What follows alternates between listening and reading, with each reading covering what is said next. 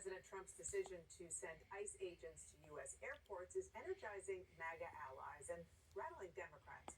Both sides anticipate polling stations could be next. Here's what Steve Bannon said on his podcast. We can use what's happening with these ICE helping out at the airports. We can use this as a test run, as a test case to really perfect ICE's involvement in the 2026 midterm elections. And here's what Maryland Governor Wes Moore told me about this yesterday in Baltimore. This is a much larger plan about how do you hold on to power and using military and law enforcement personnel to try to do so. Are you thinking about November? Oh, absolutely. I think the president is thinking about November. With ICE? Oh, yeah. I think these are all tools of how the president is trying to think about a much larger plan, which is if you cannot hold on to power through democratic elections, then adjust democratic elections. CNN's Gabe Cohen has been digging into this. So, Gabe, we have Steve Bannon publicly pushing the president to do this. Could it actually happen?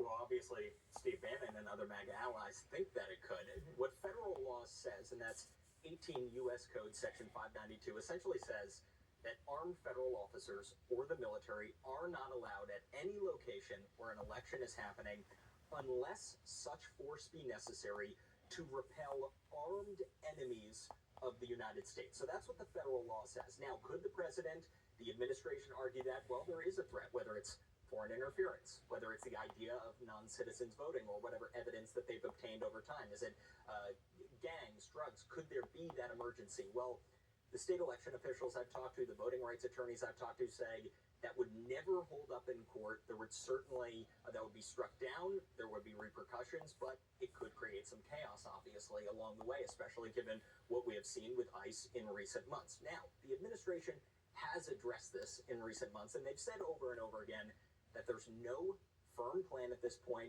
that any federal officers, any immigration agents are going to be sent out to polling places. But what we have seen is that when some Trump officials have been pressed a little bit more, would they guarantee that ICE will not be sent to the polls in November?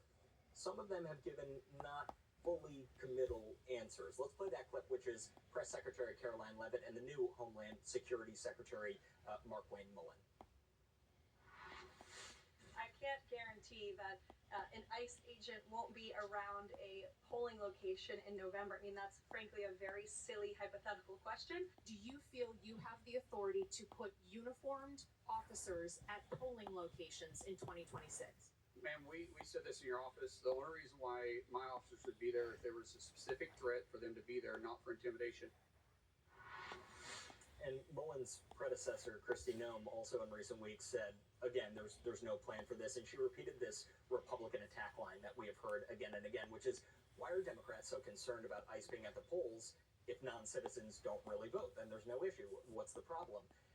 First off, I would say it's not just Democrats who are worried about that.